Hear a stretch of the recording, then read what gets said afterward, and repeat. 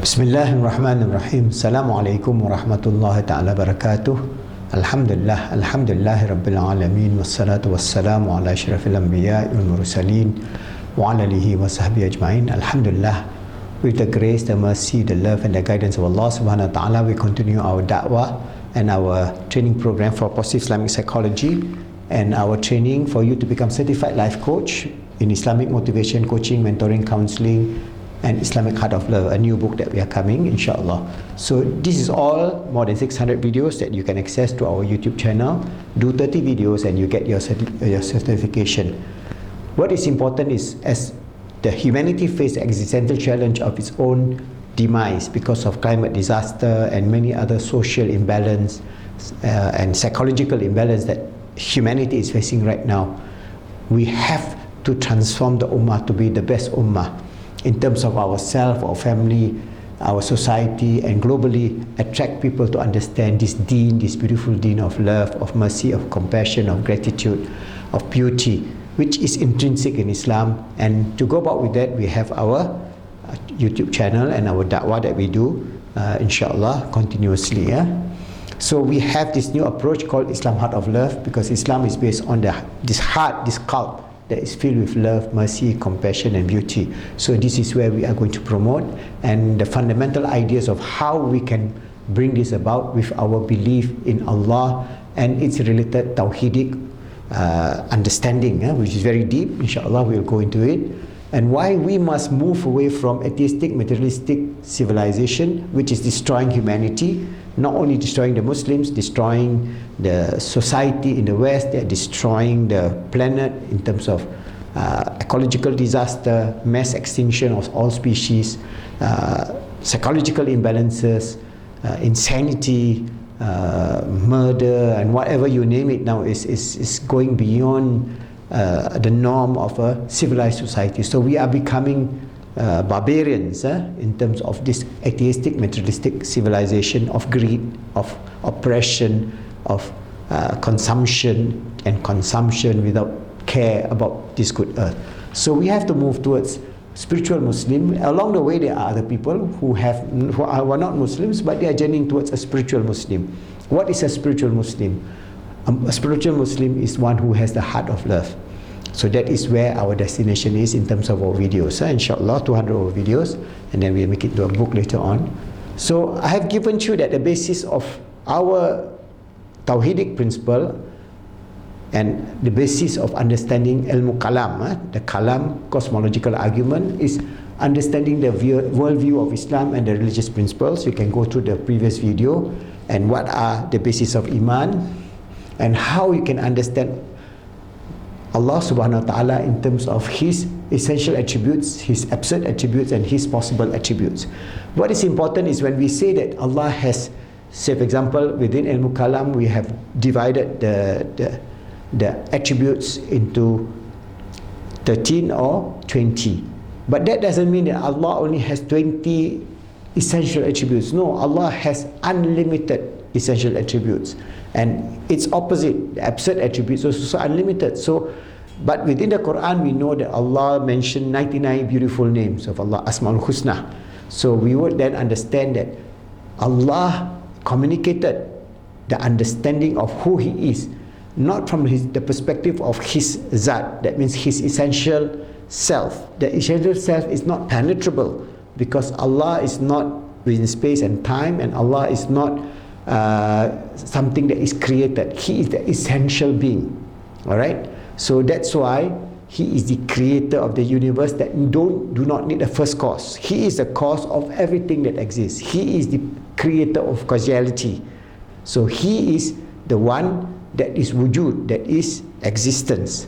Without His existence, then all the other attributes will not be able to be communicated. So understand that when our theologians, our Kalam metaphysicians talk about the attributes of Allah subhanahu wa ta'ala, and they split this into 20 attributes. These were the attributes that was most discussed in terms of their confrontation, when they confront the atheists of those days, or when they confront the Mu'tazilites of those days, when they confront the people who believe in pantheism, panpsychism and all kind of other ism. the great Kalam scholars, Al-Imam Al-Ash'ari, Imam Al-Maturidi, and later on Imam Ghazali and so on, they have to confront these people. And it all revolves along the understanding of the essential nature of Allah subhanahu wa ta'ala in terms of the three categories. So as I say again, I'll repeat, Allah has infinite attributes that is possible, that is essential for Him, we do not know the number. That is possible for Him, we do not know the number. And the opposite of His, for example, if Allah is existence, wujud, the opposite is non-existent. Then there are many, as many are there are of positive attributes and possible attributes, there are also that many negative attributes. It's only known to Allah. So every attribute that is listed, that is essential, will be belonging to Allah subhanahu wa ta'ala. So I have given you the definition of how His attributes and His Zat is linked together within the Kalam theological argument, within the Tawhidic principles of Islam. I will repeat it later on, but right now let's go into this understanding of the 20 attributes. Remember, these are not the only 20 attributes. These are the most discussed attributes. This was the summation of our Kalam teachers, our Kalam masters, who formulated this approach so that our Kalam Tawhidic cosmological argument stands. Not only it stands in the time of Imam Ghazali, it will stand in the 21st century, it will stand forever, because it understands the basic first cause, all right, of the existence of Allah subhanahu wa ta'ala. So I've mentioned to you earlier on, this is based on summation, which is based on my teacher's book, No Islam, which is about 45 to 50 years ago. All right, when I was a young man studying this, and his later book was The Tenets of Islam. This is going to very much detail in terms of Kalam theology. So for people who want to have a degree, masters or philosophy, they can go into this. But I'm not going into the detail. I'm just taking some bits and pieces from here and there, so that at least I can give you a grounding.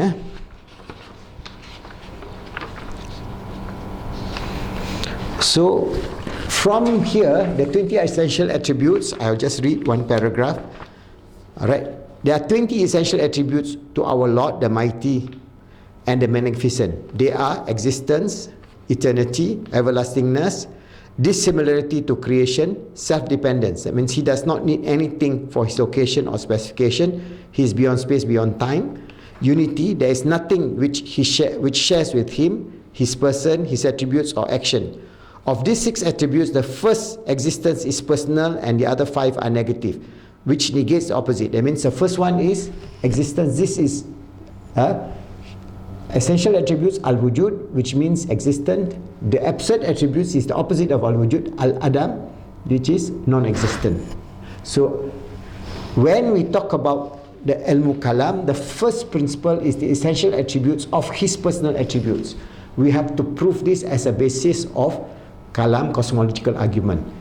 So we have to understand that these are the attributes that will be the beginning of the first cause. All right.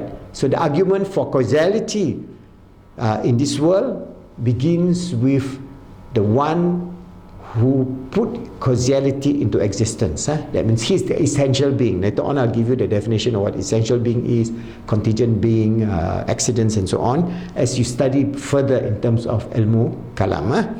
Alright. Of the 6 attributes, the first, that is existence, is personal, and the 5 others are negative, i.e. which negates the opposite. So for example, if you talk about the negative attributes, Al-Qidam, His eternity, the opposite is He is an accident. I mean, or He is a contingent being. Accident means created being. It has a beginning. Contingent being also has a beginning. So they are used in Kalam, and as well as in philosophy, they use either accident or contingent, and other or created beings, or being that is being manifested, whichever the name, that is basically that. So Allah existed in eternity, beyond space, beyond time, beyond quantum state, beyond all the so-called quantum field, whatever they want to name it, they can name it. He's beyond all that. So He's not an accident, He's not a contingent being. Alright?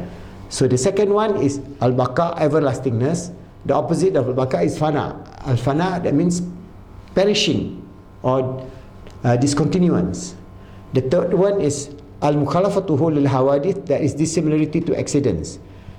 He's not the same as any created being or contingent being or accidental beings or possible beings. But he is, the opposite is similarity to accidents, and so on. So we will go back to that. Alright. Then there are 7 attributes which are called attributive qualities. So the attributive qualities are essential to him. They are power and intention, which are related to all those things which are possible. Knowledge, which is related to things which are essential, possible and absurd. Life, which is not related to anything. Audition and sight, which are in relation to all things existent. And speech, which has no letter, no sound, and which is related to all those things which knowledge is related to. So here when we talk about attributive, al-haya, alright, life. The opposite is al-maut, death. Al-qudra, alright, the translation is Allah has power. All absolute power belong to him. If the opposite is inability or no power. Al-irada, he has intention. The opposite is he has no intention or he is purposeless.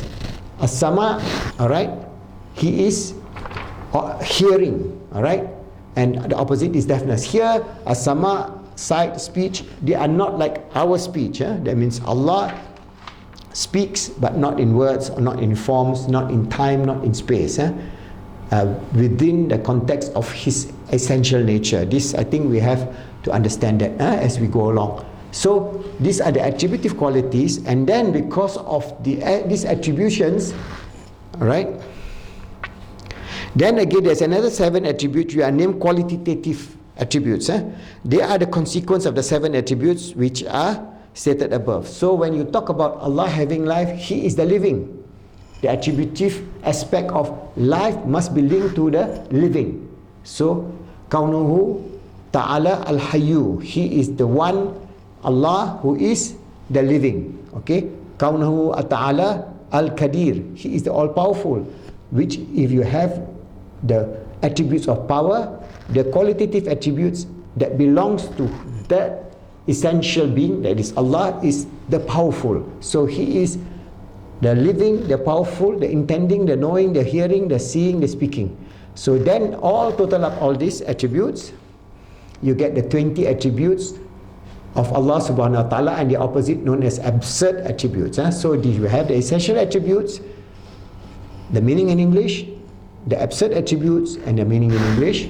And this is the basis of ilmu sifat 20, or in Nusantara, in Malaysia, Indonesia, we study Tauhid, we call it ilmu kalam sifat 20 attributes of Allah. It's essential attributes, alright, it's personal attributes, negative attributes, attributive qualities, and qualitative attributes, which we then study one by one. And from there we have an understanding of ilmu tawheed, of manifestation of our detailed belief. Remember, I have given to you in the previous video of general belief and detailed belief. This gives us the ilm that is deep enough for us to be able to defend Islam. For example, if an atheist come and challenge you about why you Muslims believe in one God, we have a rational, logical,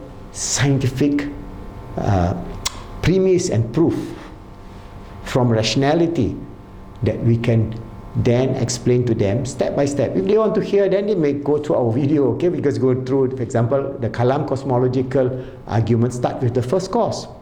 Alright, if they say there is no first cause, then it's up to them. Then how do you all exist? How does we exist? So within this context, the logic is very, very strong.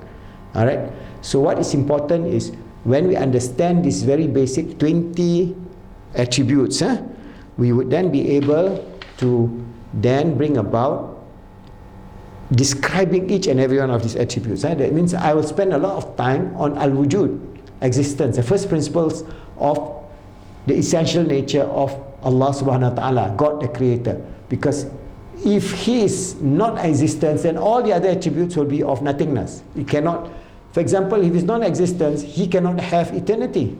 If he is non-existence, he cannot have everlastingness. If it's non-existence, he is similar to accidents. He's not dissimilar to accidents. If he's non-existence, he cannot have unity. He will have plurality, and so on. So these are the rational understanding which we would go through one by one, sifah by sifah, as much as we can. But as I say, I'm not going into the depth of the tenets of Islam, or from our good brother, Professor Syed Nagib Alatas, prolegomena of the metaphysics of Islam. This is even deeper. So these are the beautiful works of our teachers, all